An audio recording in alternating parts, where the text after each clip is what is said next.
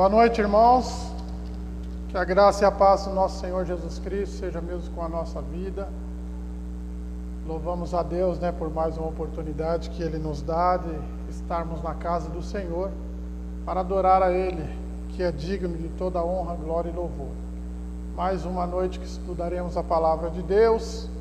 Hoje, particularmente, meditaremos um pouco na primeira carta do apóstolo Paulo aos Coríntios, capítulo 12, sobre os dons, e louvamos a Deus. Mas antes vamos orar pelos nossos irmãos. Temos mais algum pedido de oração ou alguma oposição?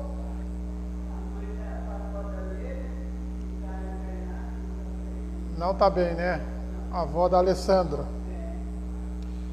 Que o Senhor possa ter misericórdia. Também continuamos pedindo aos irmãos que orem, nos ajudem em favor da vida da irmã Margarida, que o quadro dela também não é bom. Uma hora ela está bem, outra hora ela tem umas crises, E graças a Deus essa noite ela passou bem e o dia até que foi mais tranquilo, mas que o Senhor tenha misericórdia. Hoje ela conseguiu se alimentar um pouquinho, então isso vai ajudando.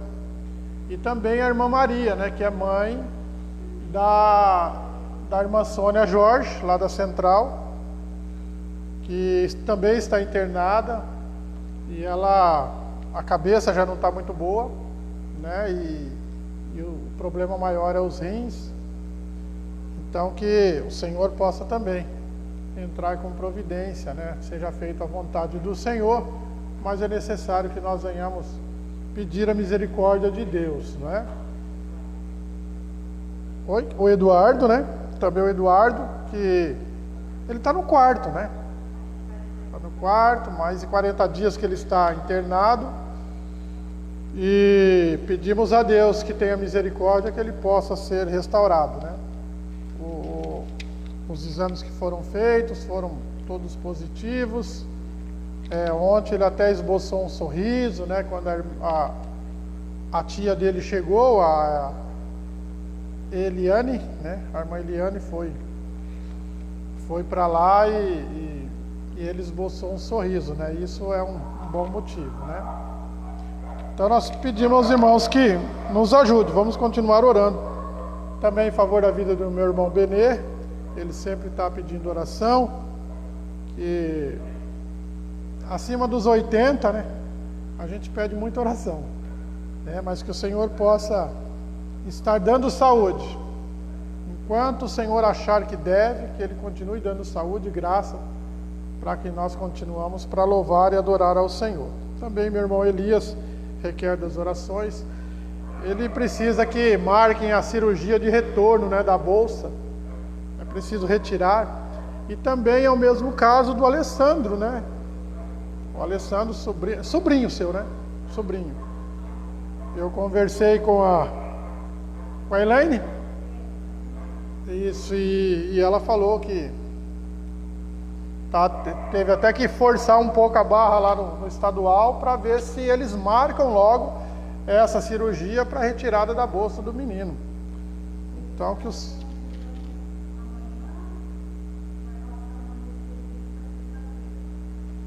exames amanhã, anestesista sexta. Então vamos pedir a Deus que confirme isso, Que seja mesmo marcada essa cirurgia. É um garoto novo, E que o Senhor possa abençoá-lo e que ele possa vir para a casa do Senhor adorar a Deus, Então nosso desejo, a nossa petição é esta. Mais algum pedido? Só isso mesmo? Então vamos ficar de pé e vamos orar ao nosso Deus. E a vitamina D, Bianca, tá boa a sua? A minha eu vou ter que tomar remédio, mandei até fazer, Vitamina D, irmãos, é um problema sério. A gente, em virtude da pandemia, parece que a gente aprendeu a ficar o mais escondido em casa possível. E isso, a vitamina D vem quando a gente está exposto ao sol. E a gente não se expõe ao sol, a vitamina D vai lá embaixo, a nossa imunidade vai junto e a gente acaba adoecendo. Então, Fica a dica aí para todos os irmãos que nos assistem, que estão aqui, que o que não pode tomar sol, daqui a pouco você vai ter que tomar uns comprimidos. Mas quem pode, pelo menos 15 minutinhos de sol todos os dias, é necessário que a gente tome. Vamos orar. Deus amado e santo, Pai eterno, obrigado, Senhor, por tudo que tens feito, obrigado por mais um dia que o Senhor nos deu, uma noite que se inicia, obrigado pela oportunidade de estarmos na Tua casa.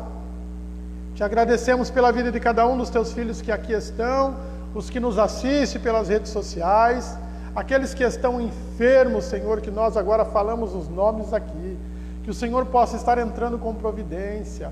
Deus, que haja a marcação de cirurgia, para que haja retorno, Senhor, nesses processos que os Teus servos enfrentam. Levanta, Senhor, essas irmãs que estão enfermas, que estão numa situação, Senhor, debilitada, muitas vezes por causa da saúde, do tempo, da idade, mas o Senhor é aquele que nos ajuda. Nós te pedimos, ó Pai, que haja misericórdia na vida dos Teus servos, que eles não venham sofrer, Senhor, mas que o Senhor traga refrigério. Sabemos que a vontade do Senhor permanecerá para todo sempre, e isso nós aceitamos, nós agradecemos, porque a vontade do Senhor cumprindo na nossa vida é o Senhor cuidando de nós. Obrigado por tudo isso, Senhor. E te pedimos que o Teu Espírito Santo fortaleça a vida de cada um dos Seus filhos, dando graça, saúde, paz, dando alegria no Espírito. É o que nós clamamos ao Senhor nesta noite. Nos ajuda, Senhor, na interpretação da Tua palavra.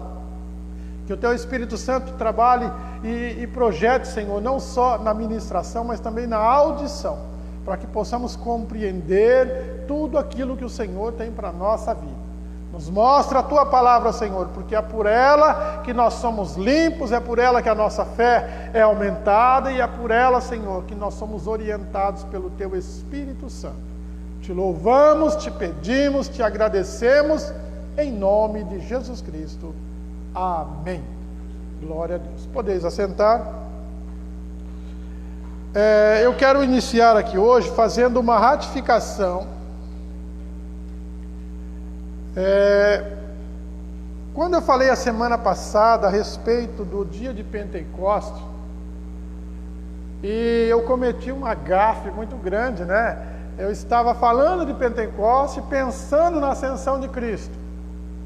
Depois que Jesus ressuscitou, ele ficou 40 dias na terra, falando com os discípulos, né? Todo aquele processo.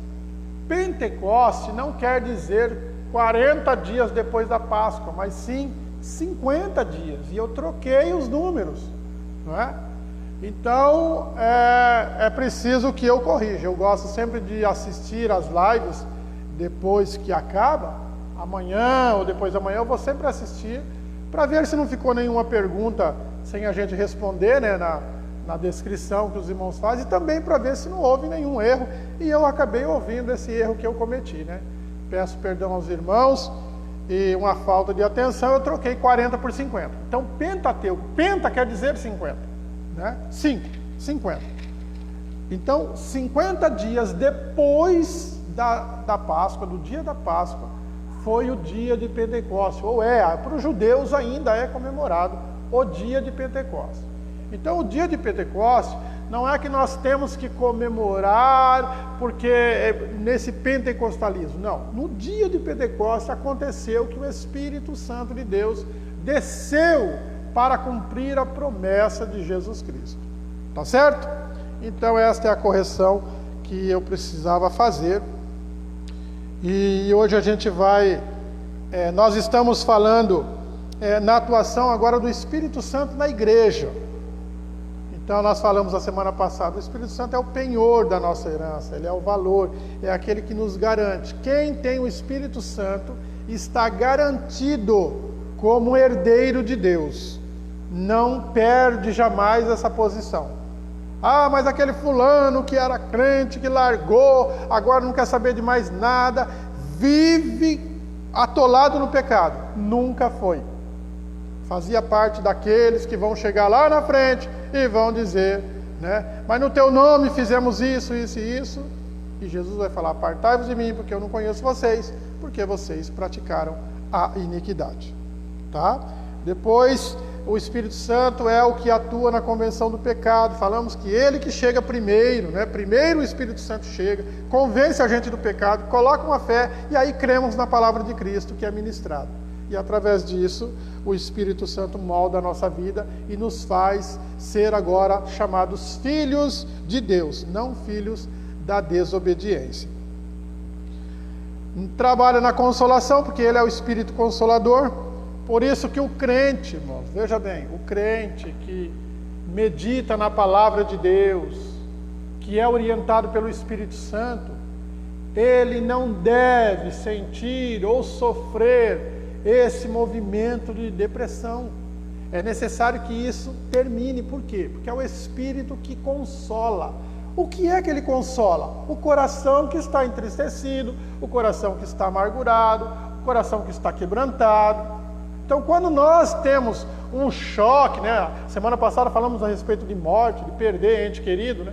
Então, quando nós temos um choque, algo que foge dos nossos controles, então, geralmente, a ideia, a tendência do ser humano, na opressão do dia a dia, a opressão do mal que tem no dia a dia, que a palavra de Deus diz, né? Jesus já falou, olha, basta cada dia o seu mal.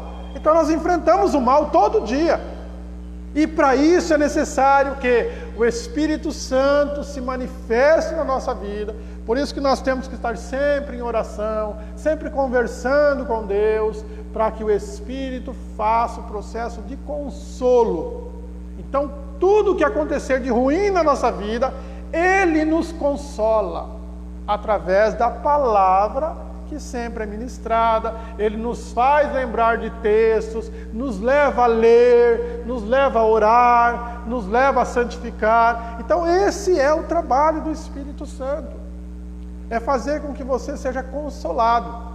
Então é por isso que nós temos que sempre agir dessa forma. O cristão verdadeiro, aquele que tenha o domínio do Espírito, vai sempre voltar para as coisas do Espírito, porque a matéria vai sempre nos trazer um mal, mas o Espírito está pronto para sempre adorar a Deus.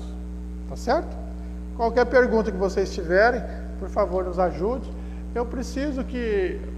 Acho que a Bianca, depois você dá uma olhada com mais amor, com mais carinho, porque alguns passam, né? E a irmã Maria tentou acompanhar ali, parece que não deu certo, né?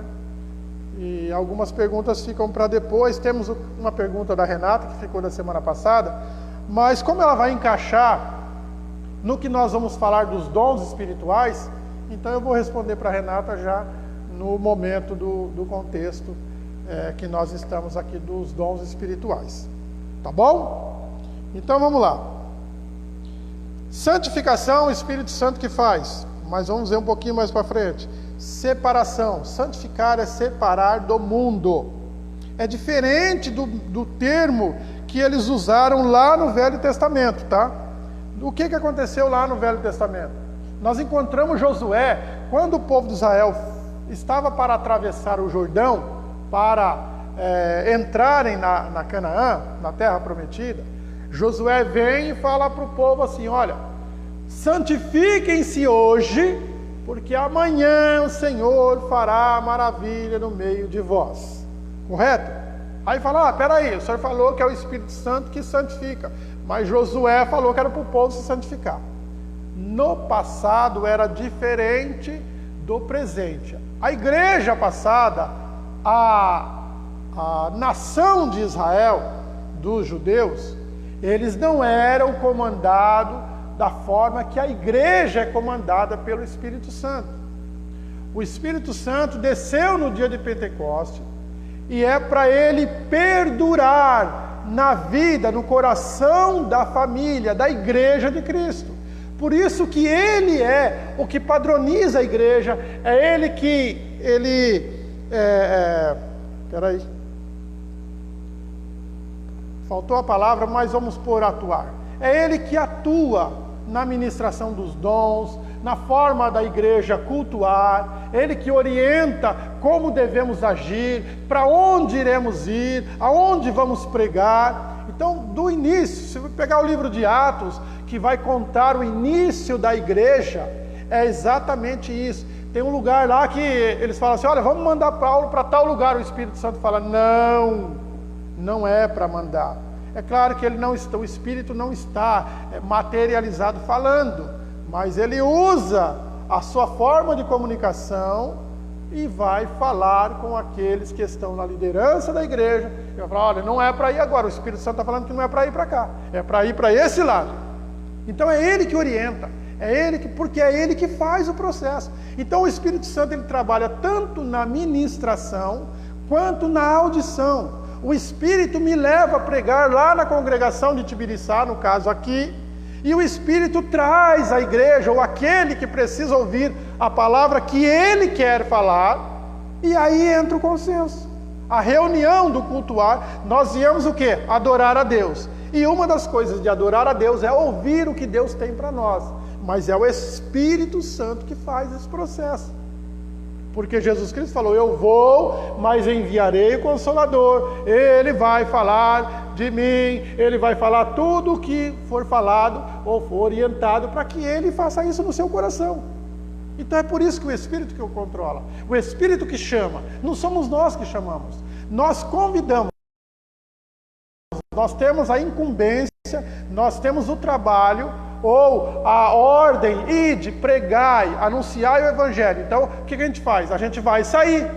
O correto seria a gente sair daqui, lá na praça pública, não é? A gente vai no médico, então tem alguém lá, a gente começa a falar de Cristo. Sempre temos que achar uma situação e o Espírito Santo sempre dá uma condição para a gente falar de Cristo.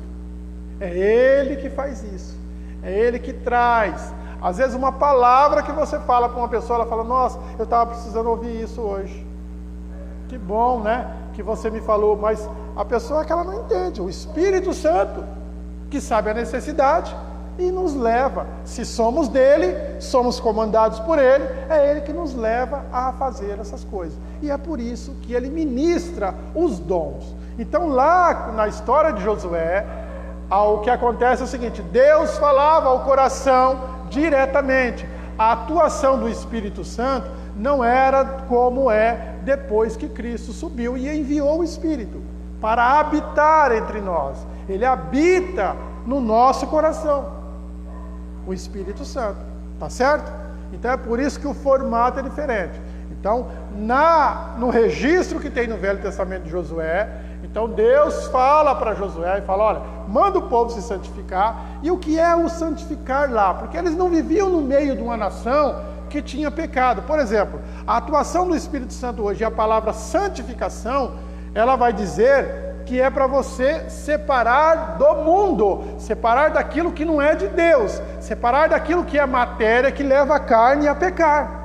Diferente lá do povo do Velho Testamento, que lá a santificação eram os atos errados que eles cometiam dentro da sua própria nação, do seu próprio povo, que eles viviam como nômades, ou seja, era um monte de tribos, 12 tribos, que viviam no deserto. Então eles acampavam aqui, aí ficava sei lá quantos dias, saía, ia para outro lugar, era desse jeito, né? Então quando a gente assiste esses filmes que trata dos nômades, Mad Max, geralmente os filmes falavam sobre isso, pessoas que moravam no deserto, que moram no deserto, criam raízes lá, né? É uma vida totalmente difícil, né? Mas o povo de Israel passou por lá porque Deus teve que dar uma escola para eles, uma escola de 40 anos para o povo aprender a servir a Deus, a adorar a Deus, tá certo? Então a santificação hoje para nós vem do grego e quer dizer separação do mundo, daquilo que não é proveniente do Espírito Santo de Deus, tá? Então esse processo da santificação que o Espírito faz. Então o Espírito Santo hoje, ele usa as suas atribuições para o controle da igreja, para animar a igreja, para levantar a igreja, não é? Para fazer com que a situação fique dessa forma. É ele que vai distribuir e usar naquilo que é necessário. É necessário. Então, quando os discípulos receberam lá o Espírito Santo, no dia de Pentecostes, dentro lá aonde eles estavam, Então lá foi um formato. Hoje o Espírito Santo vai atuar diferente na igreja. E isso eu quero ver com vocês. Tá? No capítulo 12, então, a partir do versículo 1, nós temos aí a descrição que vai dizer assim: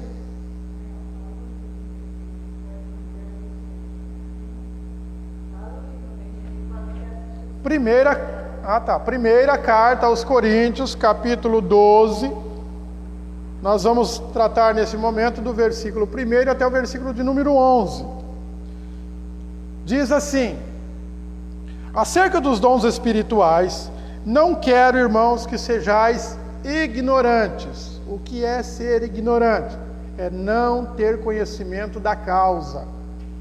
Não é uma pessoa burra como a gente pensa, uma pessoa que não sabe nada, não tem nada a ver, uma pessoa que é arrogante. Não é. Ignorante é aquele que desconhece o assunto.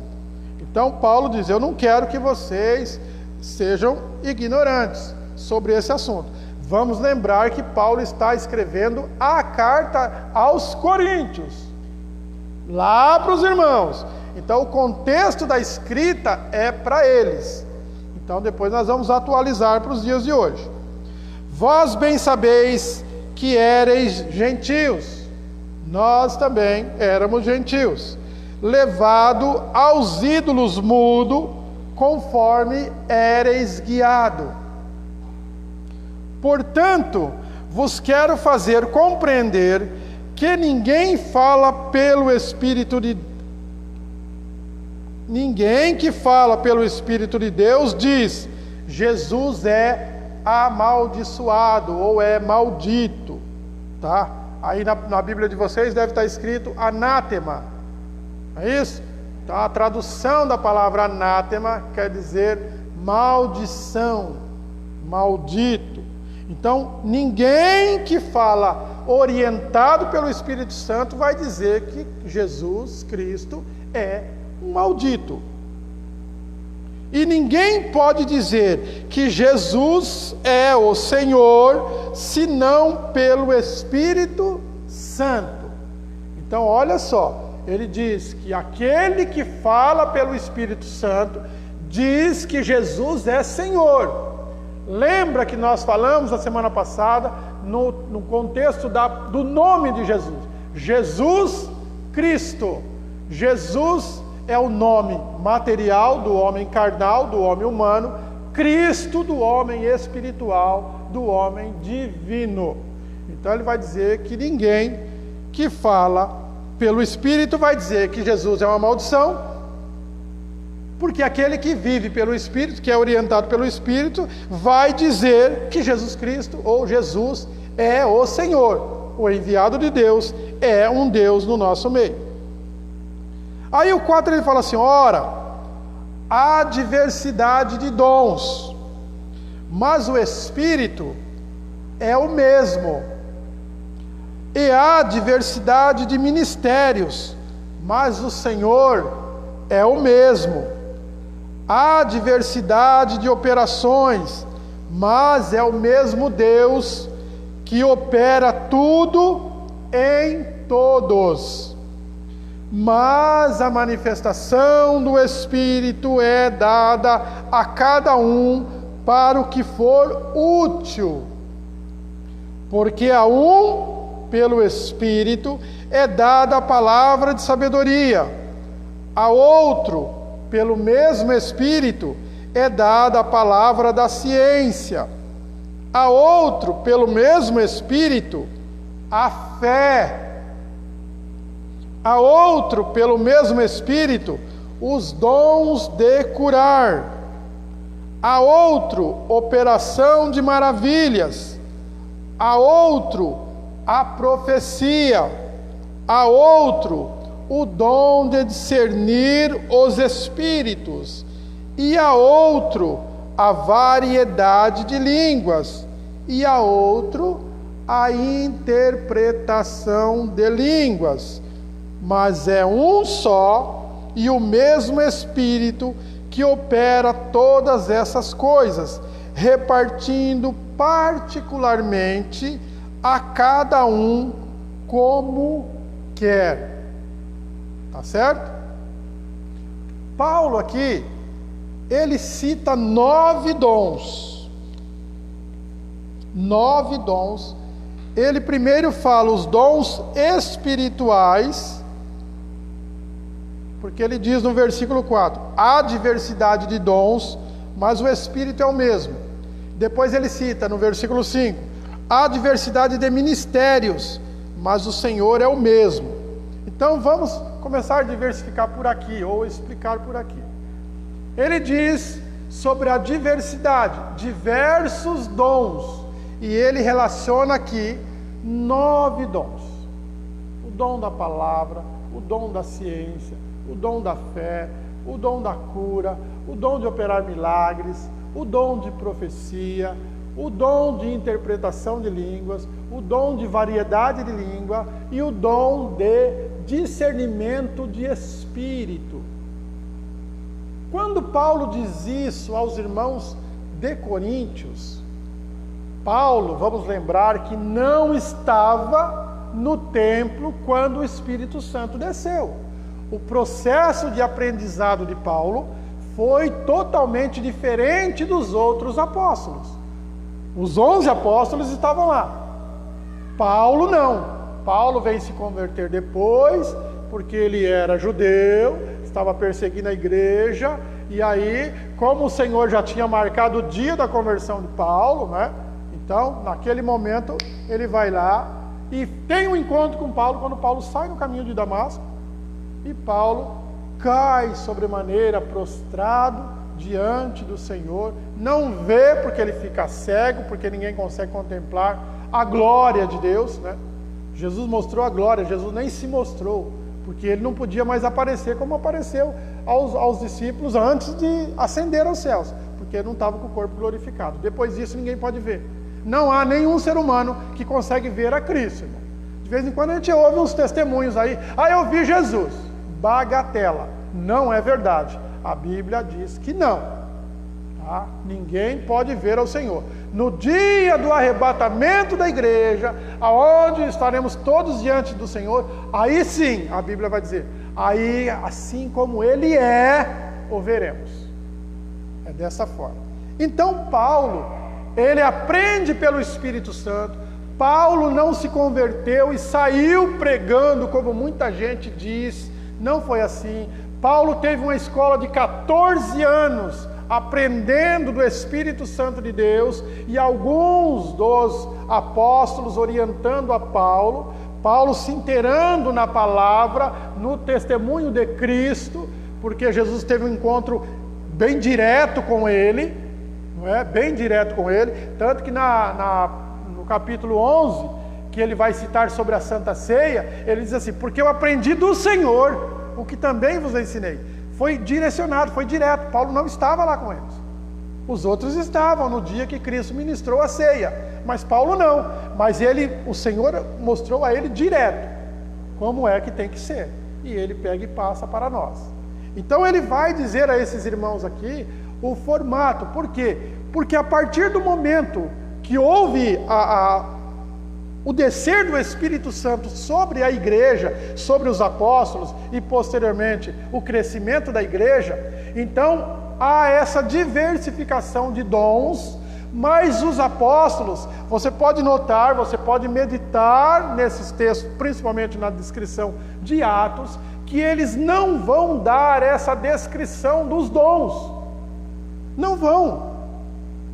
Eles vivenciam os dons que o Espírito Santo vai tratar, mas eles não explicam, eles não dão uma palavra explícita, ou seja, mostrar bem a clara como é esses dons que o Espírito Santo maneja a igreja, ou atua, ou trabalha na igreja. Então Paulo, como era, se a gente for contar Paulo como o 12º, contar como os 12, então Paulo era o mais iletrado. Paulo era aquele que fez faculdade. Paulo, ele estudou na faculdade de Gamaliel, um dos melhores mestres daquela época. Quando alguém diz assim, Paulo era um cara totalmente errado, vivia numa vida do diabo, e por isso que ele perseguia a igreja. Irmão, não é nada disso. Paulo perseguia a igreja porque ele era judeu, e judeu original. Então ele tinha um zelo tão grande pelo Torá, pela Bíblia antiga, pelo Velho Testamento, que lá dizia que não haveria outro Deus, porque eles não entenderam que Cristo era o Messias. Não entendendo que Jesus Cristo era o Messias, logo ele era o quê? Um charlatão, ele era um enganador, e estava enganando o povo. Mais uma seita que estava aparecendo. Então Paulo, em proteção à religião judaica, ele agora persegue os cristãos, achando que os cristãos estavam errados. Então era dessa forma. Paulo era temente a Deus, mas só que ele vivia só na letra. Só na letra. Mas tudo tem o tempo exato. Tudo tem o seu tempo exato. Então ele era fariseu dos fariseus, ele vai dizer. Eu, Paulo, o mais judeu de todos. Eu era fariseu dos fariseus. Eu era doutor da lei. Todo conhecimento, todo pleno conhecimento das escrituras sagradas do Velho, do Antigo, do Primeiro Testamento, Paulo dominava todas elas. E ainda falava mais de uma língua. Tanto que o Senhor usa ele para ir nas outras nações, as nações do gentio. Paulo que sai, não é? Você não vê os outros apóstolos fazer o percurso missionário que Paulo fez. Por quê? Porque o Senhor escolheu Paulo. Por isso que ele foi categorizado, ele foi classificado, ele foi capacitado nas línguas humanas para acontecer esse formato. Ele vai levar a palavra de Cristo. E ele leva com ênfase tão grande, porque ele não viveu com Cristo.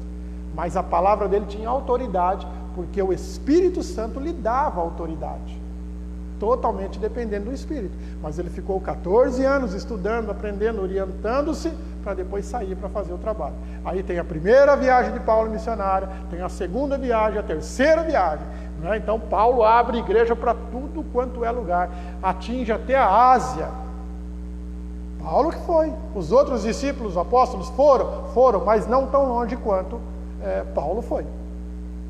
Né? Talvez pela facilidade de falar outras línguas. Então ele agora vai especificar. O Espírito Santo fala, Paulo, vamos dizer nas nossas palavras, vai. O Espírito diz, Paulo, escreve como vai ser a manifestação dos meus dons na igreja, porque eles precisam entender. Porque no meio do povo, o que acontece? Tem uma igreja e aparece o que? Os falsos profetas. E eles vão trazer ensinamento errado. E é por isso que agora Paulo, no capítulo 12, ele vai fazer a descrição.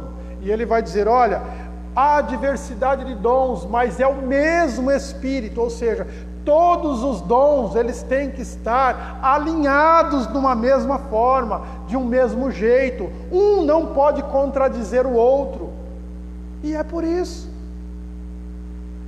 Hoje se tem uma leitura muito errada dos dons que Paulo explica aqui. E vamos ver se a gente consegue trabalhar um pouco esse formato de como é tratado hoje e como Paulo foi explicando. E ele vai dizer que o mesmo Espírito opera em todos. É ele que distribui. Então veja bem, ele vai dizer a um, a outro, porque qual é o conjunto, qual é a ideia? A igreja. Hoje nós estamos aqui, nós somos a igreja, correto? Nós ajuntamos, então aqui são partes da igreja que estamos formando a igreja. Então aqui tem uma parte da igreja. Se formos falar do corpo de Cristo, nós temos aqui alguns membros, mais os membros que nos assistem. Então esse conjunto de membros é para formar o corpo de Cristo.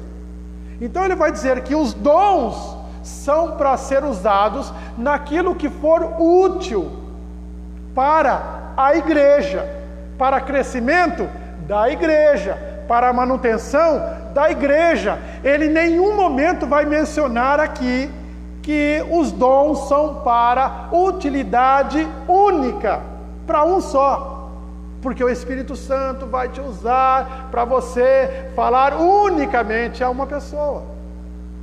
E é aí que entrou as contradições, as divergências, e hoje nós temos um problema muito grande sobre isso aí, tá certo? Então vamos lá. Ele fala no versículo 5, há diversidade de ministério, mas o Senhor é o mesmo. Ministério aqui, Paulo não está falando da quantidade de igrejas, de títulos de igrejas que são abertos, mas ele está falando dos ministérios que é orientado ou colocado pelo Senhor. Ministério de cântico, ministério de pastorado, ministério de evangelista, ministério do bispo, não é?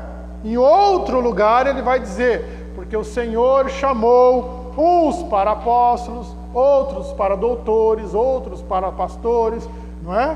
Outros para evangelistas. Então esses são os ministérios. A igreja metodista, particularmente, nós somos uma igreja que temos concílio. Nós somos uma igreja que trabalhamos com dons e ministério, faz parte da hierarquia e da instrução da igreja, não é? O que é dons e ministério?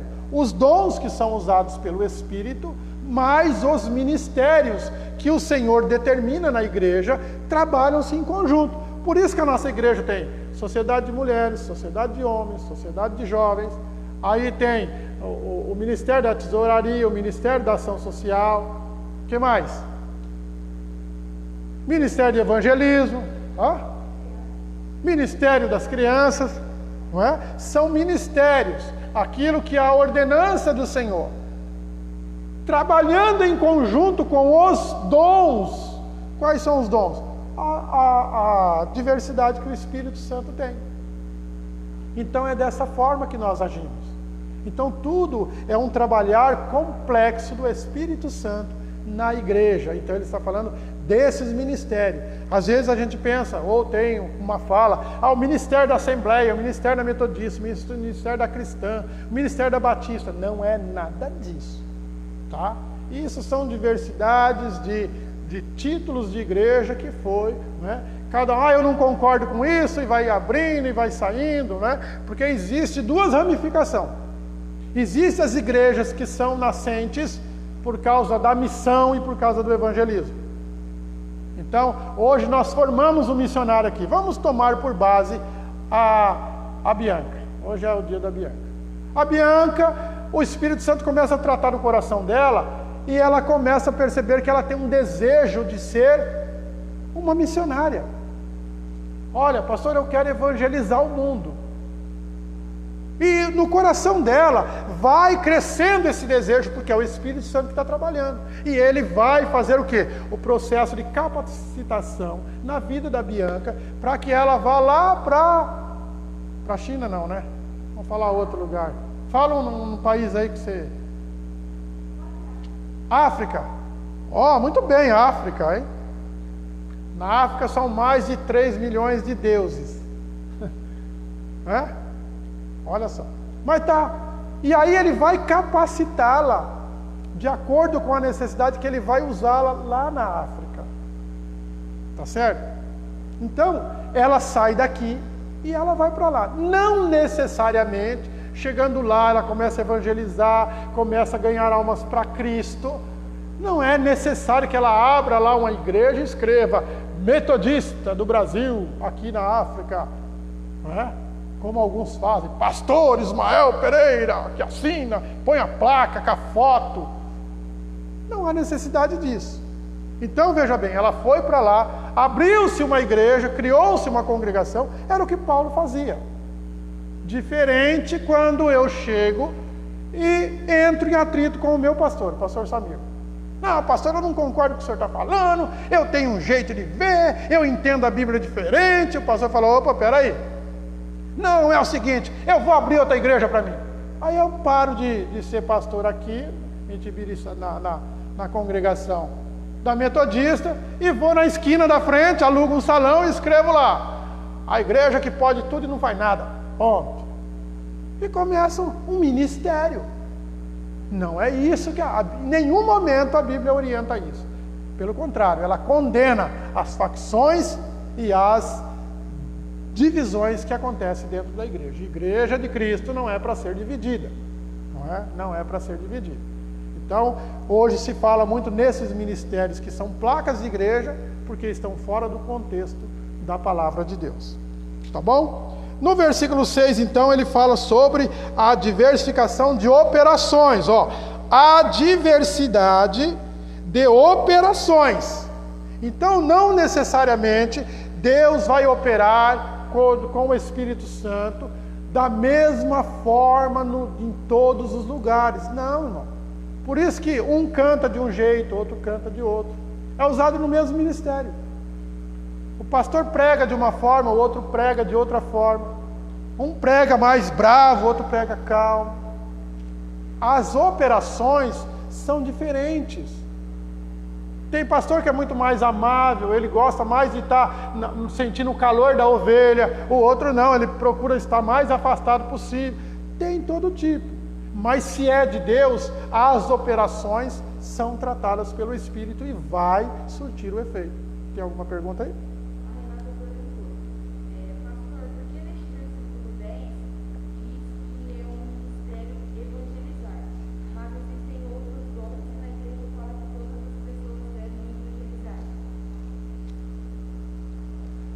No versículo 10, espera aí, Renata, nós estamos no 6 ainda, mas, vou te responder, mas vamos na etapa, só para eu não perder o fio. Olha só, lembrando que a igreja, irmão, é um corpo, tá certo? A igreja é o corpo, sempre. Então, tudo que for feito, tudo que for operado, tem que ser no corpo. Quando o corpo sente, se você machuca o dedinho, todo o corpo sente a dor do dedinho, não é assim? Então que quando você martela o dedinho, é a boca que grita, não é o dedo que grita, a boca grita, ai, não é? Logo a mão corre para esfregar lá, sei lá, fazer alguma coisa. Porque o corpo sente a mesma coisa, porque é o mesmo Espírito que faz essa operação.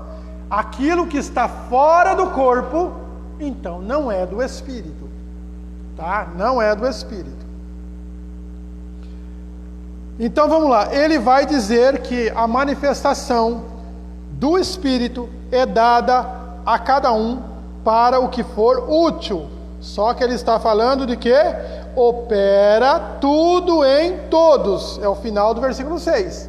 Então, aqui quando ele diz, o versículo 7, mas a manifestação do Espírito é dada a cada um para o que for útil.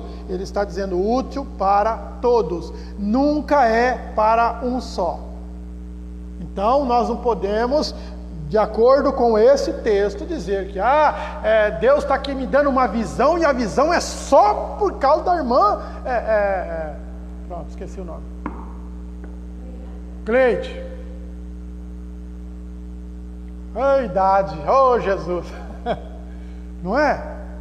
Porque é sempre para o corpo, irmão. Só que de um tempo para cá, por algumas e outras situações, por interpretações, sabe? E por certas falsificações que adentraram por meio do cristianismo, então criou-se um outro tipo de fala, e nós vamos ver isso aí. Versículo de número 8, então vamos começar. Porque a um, pelo Espírito, é dada a palavra da sabedoria. Por que ele cita um? Porque não é para todos. A palavra de sabedoria. Mas o apóstolo Tiago vai dizer que quem quer sabedoria, peça a Deus, que vou-la dar abundantemente. Irmão, sabedoria, num sentido complexo e geral, é uma coisa, e palavra de sabedoria é diferente. Quem tem a palavra de sabedoria é aquele que sabe fazer uso da palavra. O que é uma palavra de sabedoria? É quando você está numa situação que você não tem saída, você não enxerga mais nenhuma saída. Vamos dizer que eu tenho a palavra de sabedoria. Quando as coisas boas eu puxo para mim, né? Aí você chega para mim e fala assim, pastor, eu não sei o que fazer nesse sentido. eu estou passando por isso, eu não sei. Aí o Espírito Santo me usa nesta palavra, neste dom, e eu digo assim: irmã, por que você não age assim? Olha, pastor, eu nunca tinha pensado nisso. Aí você vai, faz aquilo e dá certo. Por quê? Porque a palavra que foi dada a você pelo Espírito de Deus foi usada com sabedoria. Ah, quer dizer que o pastor Ismael? Não! O pastor Ismael é canal. Lembra? Mas é dado a cada um naquilo que for útil. Para que eu seja usado, seja útil na transmissão de uma palavra de sabedoria, requer que alguém esteja precisando dessa palavra de sabedoria. Não especificamente ministrando a palavra. Palavra de sabedoria é aquela palavra que traz uma transformação na tua vida, mas ela é do Espírito, mas pelo Espírito é dado a cada um. Então, a um é dado a palavra de sabedoria, a outro, pelo mesmo Espírito, a palavra da ciência. O mesmo formato nós vamos usar aqui, o mesmo formato. O que é ciência? É conhecimento, não só da Bíblia, mas também do dia a dia. Ciência é estudo, é facultativo, ou faculdade. Então nós precisamos ter esse conhecimento. Agora, tem pessoas que você conversa e você sabe que ele não fez faculdade. Vamos dizer assim, ele não fez. Que nem no caso de Pedro. Lembra do primeiro sermão de Pedro? Pedro orienta aquele povo, ele faz uma ministração de um sermão expositivo, e ele vai contar a história do plano de Deus desde o início até Jesus, e ele não tinha conhecimento nenhum. O que é que o Espírito Santo usou Pedro? Na palavra da ciência. Ele explica de uma forma científica, inteligível e fácil de se compreender, porque é o Espírito que usou. Imagina Pedro tentando falar com as suas palavras. Pedro era bruto, era arrogante, era explosivo. Por isso que a gente às vezes, quando fala de Pedro, a gente chama ele de Pedrão. Pedrão era meio maluco, irmão. Tanto que ele arranca a espada e tá na orelha do Malco lá, e arranca a orelha do cara. Não era para fazer isso. Jesus já falou: olha, não precisa. Mas ele era explosivo. Mas ele agora, usado pelo Espírito Santo, a palavra da ciência, vamos pôr também a palavra da sabedoria, e ele agora anuncia o Evangelho de uma forma que 5.000 ou aproximadamente 5.000 pessoas entendem. E vamos lembrar que aqueles que estavam ouvindo Pedro, nem todos eram de Jerusalém, porque nós estávamos falando de um momento que tinham aproximadamente 16 nações, 16 línguas diferentes ali. O Espírito usou todos que estavam dentro do templo a falar em línguas, e as línguas daquele povo, mas não diz que Pedro foi usado nessa língua. Mas Pedro prega, ou Pedro fala, dita o seu sermão, usado pelo Espírito Santo, e as almas se convertem a Cristo. Na segunda, mais ou menos 3.000, ou seja, em 2 pregações, 8.000 almas. Hoje nós estamos em 8.000 dias para ganhar 2 pessoas. Contrário, né? Porque às vezes nós queremos impor a nossa maneira, o nosso jeito, a nossa fala. Ah, eu entendo assim, eu acho assim. E não é. É pelo Espírito Santo. Então a igreja precisa entender. Hoje Deus não separa pessoas como separou os 12 ali. Os 12 estavam incumbidos. E os 12 eram usados nesses dons para que o Evangelho fosse crido por eles, porque não tinha. Nós temos hoje o Novo Testamento, eles não tinham. O Novo Testamento é a escrita do que eles fizeram. Então nota que era necessário haver a manifestação, haver as línguas, haver as maravilhas, para que o povo cresce e falar: não, realmente eles estão fazendo o que eles estão falando, e está acontecendo, os milagres acontecem. e o povo cria, até porque Deus trazia todos aqueles que precisavam ser salvos. Tá certo? Aí ele dizia o outro, pelo mesmo Espírito, a fé. Né? Então aqui ele diz, a fé vem do Espírito. Então, esse negócio de que nós precisamos exercitar a nossa fé, não é uma fala correta. A gente usa o termo, você tem que crer, você precisa, cadê tua fé, meu? E a gente coloca como se a pessoa fala, opa, peraí, então tá, fé, vamos lá, fé. Pronto, tô crendo. Pode falar, pode orar, pode fazer, tô crendo agora. Não é assim. É pelo Espírito. Por que é pelo Espírito? Porque tem pessoas que não vão crer. Não vão crer. Assim como Judas não creu. Assim como Judas não creu. Os fariseus não criam. Mas veja bem, entre os fariseus tinha alguns que foram salvos, que é o caso de Paulo. Quem crê, crê. Por quê? É do Espírito, não é da pessoa. Então nós temos que estar sempre dependendo do Espírito para que nós possamos trabalhar dessa forma. Então, nota que ele vai descrevendo, e esses dons não é de uma pessoa. Há um tempo atrás, eu falaria para vocês assim, olha, eu tenho dom de cura, eu tenho dom de profecia, eu tenho dom de discernimento de espírito, Ismael, eu tenho dom, o que mais? Interpretação de línguas. Por que eu falava que eu tinha dom de interpretação de línguas? Porque uma vez, lá num certo lugar, alguém falou uma língua e houve uma tradução. Naquele dia, naquele momento, era necessário que houvesse essa tradução, e o Espírito fez assim. Ponto. Mas eu não posso falar, não, eu vou ministrar esse dom. Nunca mais. Até porque nós temos uma ideia errada das línguas, mas nós vamos chegar lá. Então, veja bem, o trabalhar é sempre do Espírito. Ele impetra a fé para que nós venhamos crer no milagre, para que nós venhamos crer no que Cristo é, para que nós venhamos crer que Jesus Cristo é o nosso Salvador. É necessário que a fé, então ele vai tratar, ele aumenta essa fé em nós de acordo com a palavra. Por isso que o cristão verdadeiro, o genuíno, aquele que tem o Espírito Santo, a tendência dele é ir sempre para a palavra. Pode haver cânticos, pode haver tudo quanto é operação, mas a palavra para ele é primordial. Por quê? Porque ele sabe que é a palavra que limpa, é a palavra que edifica, é a palavra que conforta, é a palavra que consola, é a palavra que através da ciência traz o regozijo, é a palavra, né? Desta forma, a palavra. E a palavra, ela surte efeito em nós quando o Espírito Santo traduz para nós.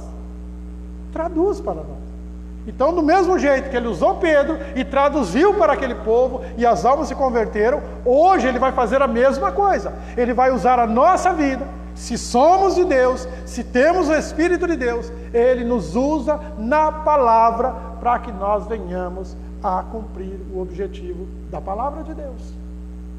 Então é o Deus que fez a palavra, é o Deus que dá a palavra, é o Deus que ministra a palavra, é o Deus que opera a palavra, nos usa como canal, e o objetivo é chegar a palavra no ouvido de alguém, e aquele alguém já está sendo usado pelo Espírito Santo, já está sendo colocado fé nele, e ele vai crer na palavra que você está trazendo através do Espírito Santo. Entendeu a nossa dependência? O Espírito faz tudo, né? O Espírito faz tudo. Até me lembrei, eu tinha uma dificuldade muito grande acho que até falei para vocês, de pronunciar, quando pronunciar mim e quando pronunciar eu. Pensa. Aí eu falava assim, traz esse negócio aí para mim fazer, dá essa farinha aí para mim fazer bolo. Né? Esquisito, eu não conseguia. Alguém falava assim, mas não é mim, é eu. Como eu? Né? Igual o meu neto, você vai corrigir, ele fala assim, mas é você? Você fala, não, sou eu, não é mim, sou eu. É você? Não é eu. Não é? E aí a professora uma vez falou assim para mim, olha, mim não faz nada, ponto. E hoje, no cristianismo que vivemos, nós temos que falar isso. Irmão, mim não faz nada. O eu chama-se Espírito Santo. Quem faz? Eu, que é o Espírito. Mim não faz. Porque a gente cresce. Por que nós crescemos? Nossa, que palavra que eu preguei lá na igreja, que oração que eu fiz, que cântico que eu louvei, e eu. Aí a gente troca aquilo que João Batista falou. João Batista falou, importa que ele cresça e eu diminua. Hoje nós falamos, importa que eu cresça e Cristo diminua. Quem que é o centro? O Ismael. Ah, se não fosse o Ismael nessa igreja. Oxe, irmão. Jogou aonde? Que é isso? É o Espírito que é a autoridade maior na igreja. É Ele que traz, é Ele que convence, é Ele que fala, é Ele que santifica, é Ele que agiliza, é Ele que opera, ministra os dons, tanto os espirituais quanto os ministeriais. É Ele que faz tudo. Nós só adoramos. Oi? Se não fosse Cristo, não tinha igreja. Cristo é o início da igreja, não é? Meu Deus, acho que eu falei demais, né? Vou chegar agora. A outro, pelo menos Espírito, o dom de curar. Olha, na de vocês está escrito o quê? No final do versículo 9. Depois da fé, ele diz, a outro pelo mesmo Espírito, vírgula. Como é que está? Dons? Não é um só? É os dons, então? Então são vários dons. Lembra que a semana passada nós falamos sobre isso? Sobre ter fé, não ter fé, como que é, quem precisa ter fé. Os dons de curar são diversos dons, não é um só. Dentro de um chamado curar, existe uma diversidade de dons. Por quê? Porque Deus não precisa de padrão para curar. A manifestação e os dons são diferenciados. Será que esses dons de curar que são muitas dificuldades? Acho que não. O formato, porque a fala, o grego ele diz no plural, né? Ele diz a pluralidade dos dons, mas é por causa da manifestação do Espírito. O Espírito não é limitado a um dom só. Você entendeu? Porque nós limitamos a um dom para dizer que nós temos o dom. Nós temos o dom. Mas às vezes você está enfermo e as meninas do louvor vêm aqui cantar ao Senhor. Enquanto elas estão cantando, o Espírito Santo vai lá e cura a irmã Neuza. Às vezes ela nem relatou que está, não deu tempo ainda.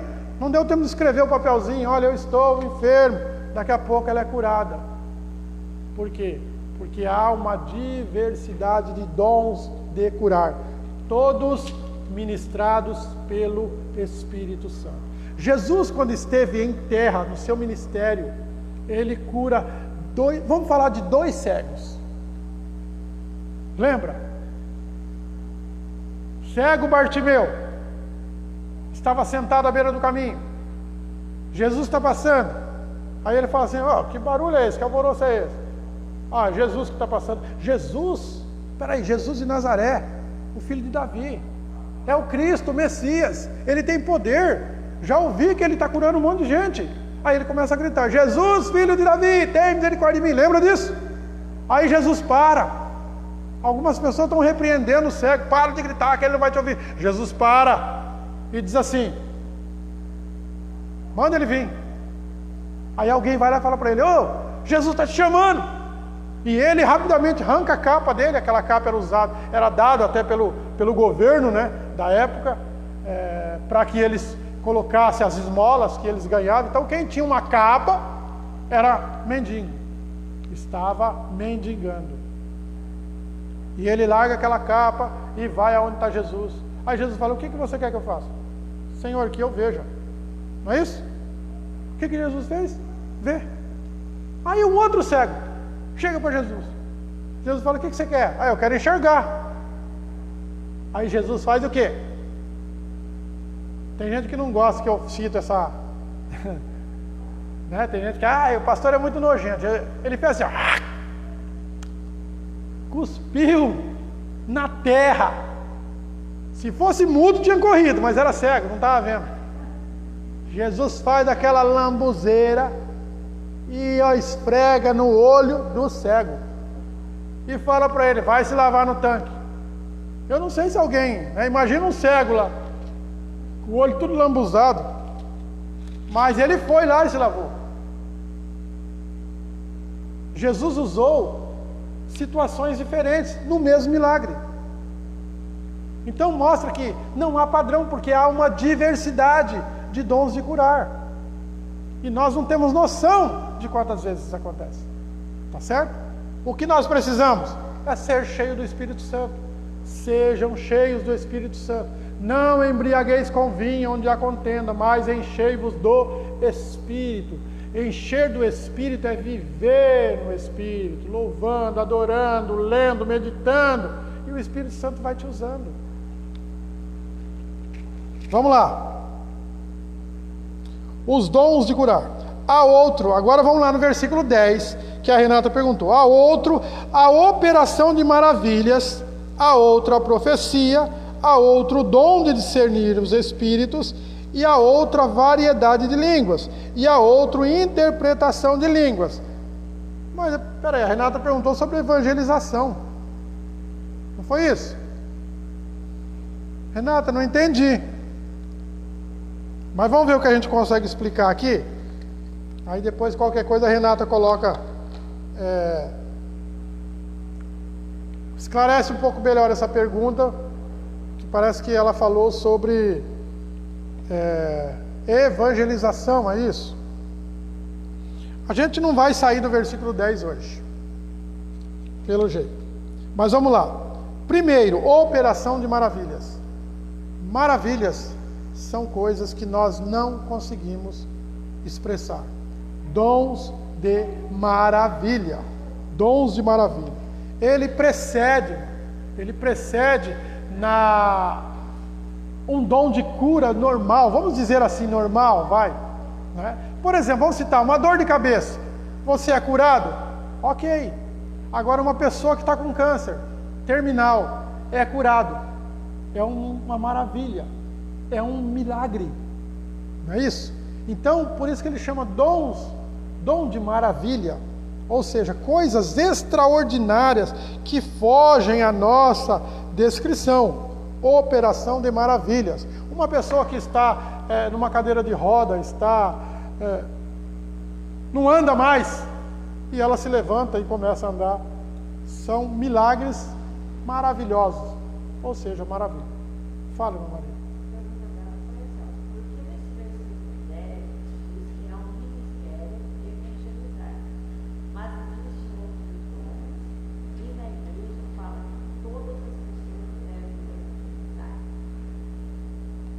Então, eu não achei a questão do evangelizar, mas depende da tradução que a Renata está lá de Bíblia. Tá?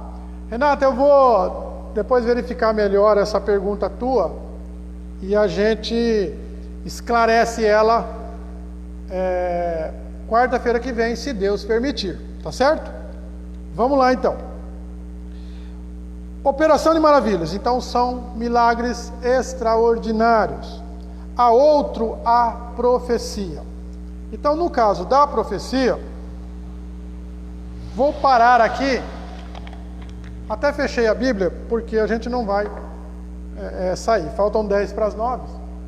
E a gente pretende parar de 5 para as 9, porque o motorista está adiantando o horário, né? Ele vai acabar deixando nós aqui qualquer hora. Nós vamos ter que dormir na casa de alguém aqui. O dom de profetizar, o dom de profecia, é um dos dons que mais se tem dificuldade de entendimento. É um dos dons que mais dá problema, contraditórios entre as igrejas. Por quê? Vamos ratificar. Profeta no Velho Testamento era um ministério e uma função, um trabalho. Quem era profeta não fazia outra coisa. O que é ser profeta? Óbvio que no Velho Testamento há uma diversidade na questão profeta. Tem adivinhadores, tem sonhadores, tem ilusionistas, todos ramificados na questão profeta. Não vamos tratar esse assunto tão exposto, porque é necessário fazer um estudo só sobre isso, tá? Mas, então tem uns profetas que eles tinham uma fala mais agressiva que o outro, profetas que traziam juízo, no caso de Isaías, no caso de Jeremias, no caso de Ezequiel, né? Jeremias, ele trazia tanto juízo e sofria a perseguição daqueles que ele levava juízo, e ele era levado cativo, sofria, tanto que foi o único profeta que escreveu um livro só de lamentações. Lamentações. E ele está realmente lamentando. Mas então existe uma diversificação. Mas vamos a grosso modo dizer que o profeta do Velho Testamento, a função dele, o trabalho dele, era trazer a palavra de Deus para a nação. Não era só a questão da nação de Israel. Porque lembra na história de Elias que tinha os profetas de Baal, tinha os profetas de um outro Deus. Então cada divindade tinha lá os seus profetas, suas profetisas, e eles falavam aquilo que eles diziam que eram os seus deuses. No caso dos hebreus, então os profetas que eram hebreus, que eram de Israel, eles eram usados por Deus, ou seja, Deus falava com eles e eles transmitiam ao povo. E quando tinha alguma reclamação, algum murmúrio, o profeta chegava e falava para Deus. Não havia necessidade porque Deus ouvia, mas o profeta estava destinado para fazer essa conversa. Então o profeta não trabalhava, o profeta não fazia outra ação. Você entendeu? De forma nenhuma. Então quando fala de profeta Elias e do profeta Eliseu, ele era um cara que trabalhava, ele arava a terra. Aí Elias vem, lança a capa dele sobre Eliseu, e a partir daquele momento ele recebe o convite para ser profeta. Então o profeta sempre tinha alguém para aprender, aprendiz de profeta, um discípulo. E de vez em quando acontecia que ele, no caso de Elias foi tomado, Eliseu ficou no seu lugar. Então era dessa forma. O último profeta que teve nesse parâmetro, dessa forma, João Batista. Depois de João Batista, não teve mais nenhum outro profeta. O que tem? O dom de profecia. Mas nós encontramos no livro de Atos algumas pessoas que eram chamados de profetas. Estavam profetizando, haviam jovens que estavam profetizando. Mas o contexto de profeta do grego é diferente do hebraico. Então, o contexto do profeta no Novo Testamento não é chegar aqui e falar: Deus, o que o Senhor tem para falar em Tibiriçá hoje? Meu servo Ismael, vai lá e fala isso, isso e isso. Como a gente vê hoje, não é? Eu sou profeta de Deus, eis que Deus me mandou te falar, eis que Deus está falando para você, irmã, assim, assim, não é? Então, criou-se uma dificuldade e perdeu-se o contexto original do dom de profecia. A palavra é de Deus, o Evangelho de Cristo, este precisa ser ministrado. Qual é a palavra que perdura hoje? Bíblia. Hoje Deus não precisa mandar um recado para mim: Ismael, corre lá e fala para Bianca isso, isso e isso. Não, biblicamente não. O que há é um erro de interpretação aí. Mas não temos mais tempo, tá certo? Então nós vamos, a partir da semana que vem, se Deus permitir, nós vamos destrinchar esse versículo de número 10, vamos entender melhor a pergunta da irmã Renata sobre evangelização, porque o contexto aqui, sim, é evangelizar, porque está falando da igreja e a igreja falando aos povos, tá certo? Mas nós vamos tratar melhor, primeiro, esse dom de profecia. Amém?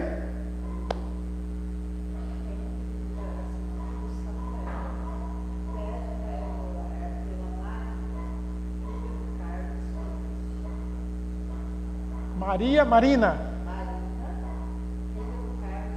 Muito bem, do irmão Carlinhos.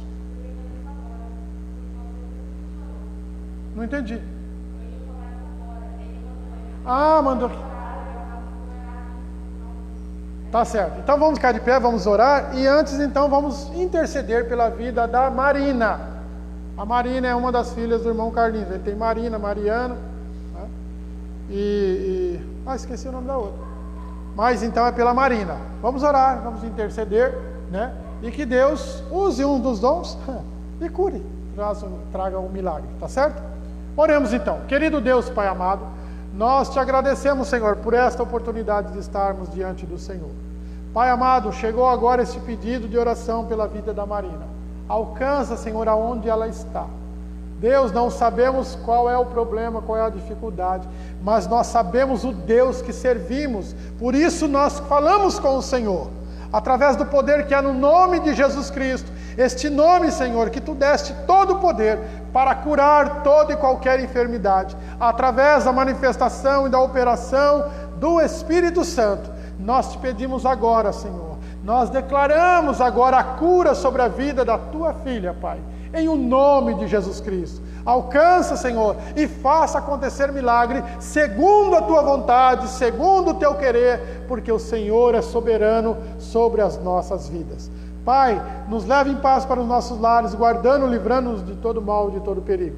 Eu abençoo a vida dos Teus filhos, a vida daqueles que estão nos assistindo pelas redes sociais, que todos sejam agraciados pelo Senhor, e que nós possamos, Pai, continuar ouvindo a voz do Teu Espírito Santo em nosso coração, para compreendermos a Tua palavra. Te pedimos, te agradecemos, em o nome de Jesus Cristo, para todos sempre. Amém. Faz a conchinha, que o amor de Deus e a graça do nosso Senhor e Salvador Jesus Cristo e a consolação do Espírito Santo seja sobre a vida de cada um dos irmãos. E juntos vamos dizer, amém. Está encerrado em nome de Jesus. Que o Senhor te abençoe e até a próxima, se Deus permitir.